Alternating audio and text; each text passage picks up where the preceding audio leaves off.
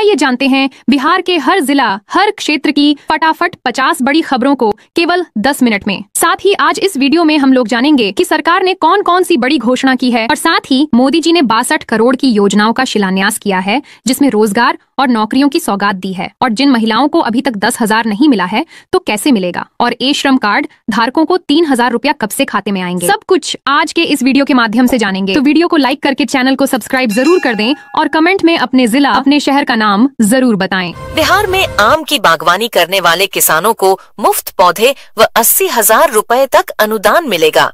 सरकार ने कृषि वानिकी योजना शुरू की। किसान 10 रुपए में पौधा लेकर 3 साल में 6 गुना लाभ पा सकेंगे। 2025 से 26 में नकदी फसलों जैसे हल्दी या ओल की खेती करने पर प्रति एकड़ तक 1,40,000 रुपए तक अनुदान मिलेगा। अक्टूबर 2025 में बेमौसम बारिश और मंथा साइक्लोन से प्रभावित किसानों को कृषि इनपुट सब्सिडी ऑफ मुआवजा देने की घोषणा की गई। राज्य में फ्री इलेक्ट्रिसिटी स्कीम लागू। घरेलू उपभोक्ताओं को हर महीने पहले 125 यूनिट तक बिजली मुफ्त। राज्य में 2,274 कृषि फीडर चालू किए गए ताकि किसानों को सिंचाई हेतु सस्ती और सुचारू बिजली मिल सके। बिजली विभाग ने स्मार्ट मीटर से जुड़ी शिकायतों को अब 7 दिन में निपटाने का नियम लागू किया। सरकार ने किसानों की आय बढ़ाने हेतु ऑर्गेनिक बजाय नकदी फसलों, बागवानी व आधुनिक खेती पर जोर देने का फैसला लिया। 2026 में बिजली की दर में प्रति यूनिट 35 पैसे की बढ़ोतरी का प्रस्ताव भेजा गया है। किसानों को आधुनिक कृषि तकनीक सिखाने के लिए हर साल 40 किसानों को विदेश भेजने का इजराइल प्लान शुरू हुआ। राज्य की सरकार ने औद्योगिक विकास व निवेश को बढ़ावा देने हेतु अगले 5 साल में 50 लाख करोड़ रुपए निवेश का लक्ष्य रखा है। महिलाओं को स्वरोजगार व आर्थिक मदद देने की योजना के तहत शुरुआत में 10,000 रुपए सहायता मिलने के बाद 2 लाख रुपए तक की मदद का वादा किया गया है। बाढ़ या प्राकृतिक आपदा प्रभावित किसानों को बिजली बिलों में राहत व मुआवजा देने की व्यवस्था की जा सकती है। सरकार द्वारा कृषि, बागवानी और बिजली सब्सिडी योजनाओं को मिलाकर किसानों की आमदनी व जीवन स्तर सुधारने की कोशिश जारी है। तेजस्वी यादव की विधानसभा गैर हाजिरी पर एनडीए ने यात्रा और अनुपस्थिति को लेकर तीखा हमला बोला। जेडीयू में नेताओं की सदस्यता लेने की होड़ बढ़ी। राजनीतिक हलचल अचानक तेज हो गई।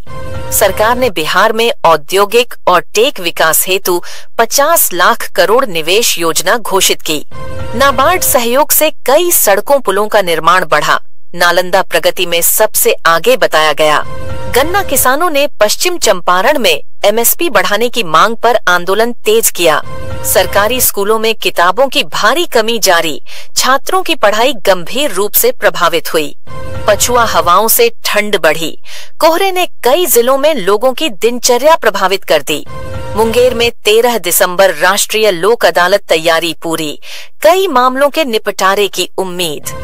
अमिताभ दास और तेज प्रताप के बीच बयानबाजी बढ़ी। राजनीतिक तनाव और गहरा गया।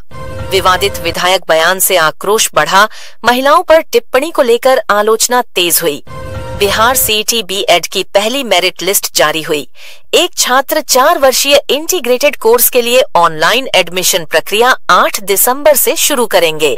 नीतीश कुमार ने कहा कि बिहार को तेज विकास के लिए बड़े औद्योगिकरण की जरूरत है और सरकार आने वाले वर्षों में भारी निवेश लाएगी। पटना मोखामा में टीटीडी का पहला मंदिर बनेगा। राज्य सरकार ने निर्माण के लिए 99 साल की लीज पर 10.11 एकड़ जमीन दी।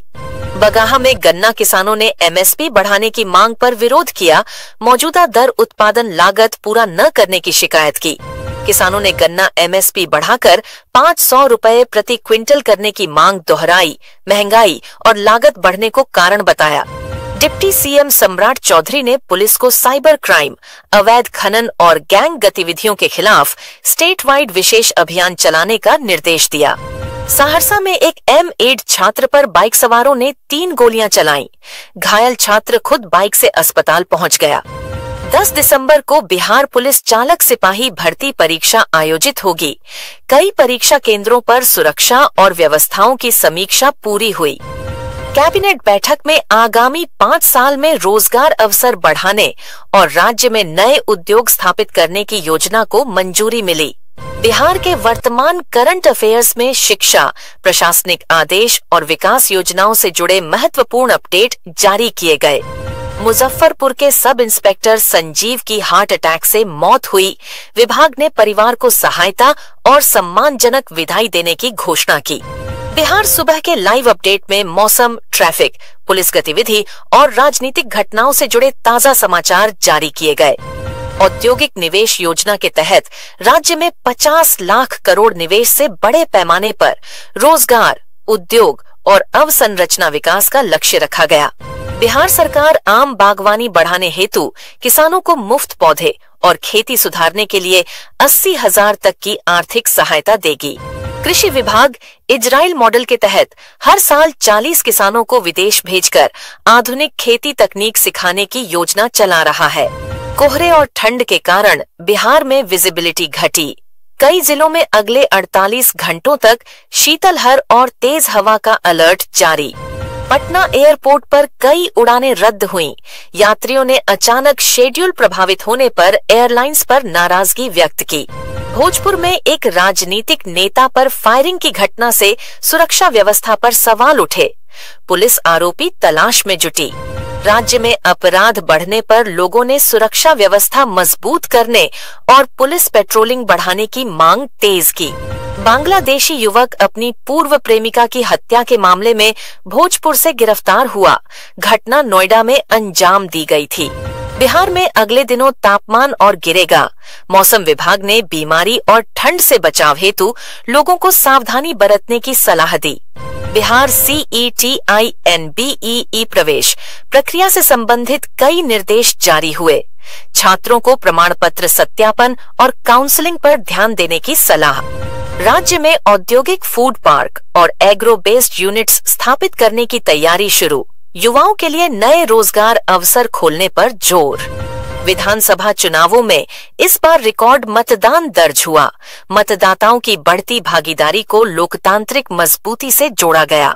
शिक्षा क्षेत्र में कई नई परीक्षाएं और भर्तियां जल्द जारी होने वाली हैं। दृष्टि IAS के अनुसार आज कई उपयोगी नोटिफिकेशन अपडेट हुए। पश्चिम चंपारण में गन्ना किसानों ने न्यूनतम समर्थन मूल्य बढ़ाने की मांग को लेकर प्रदर्शन किया। किसान 355 रुपए प्रति क्विंटल पर्याप्त नहीं मानते और 500 रुपए चाहते हैं। सहरसा में बाइक सवार बदमाशों ने एम्प्लॉयड छात्र को 3 गोलियां मार दी। घायल छात्र फिर भी मोटरसाइकिल चलाकर अस्पताल पहुंचा। पुलिस मामले की जांच कर रही है और आरोपियों की तलाश में है। पूर्णिया जिले में नवसाक्षर महिलाओं की महापरीक्षा आयोजित हुई। कुल 41,000 से अधिक महिलाएं 191 केंद्रों में बैठीं और परीक्षा शांतिपूर्ण ढंग से संपन्न हुई। सरकार पटना में फिनटेक सिटी विकसित करने की योजना पर काम कर रही है। इसका उद्देश्य युवाओं को स्थानीय रोजगार उपलब्ध कराना और राज्य से बाहर नौकरी करने की आवश्यकता खत्म करना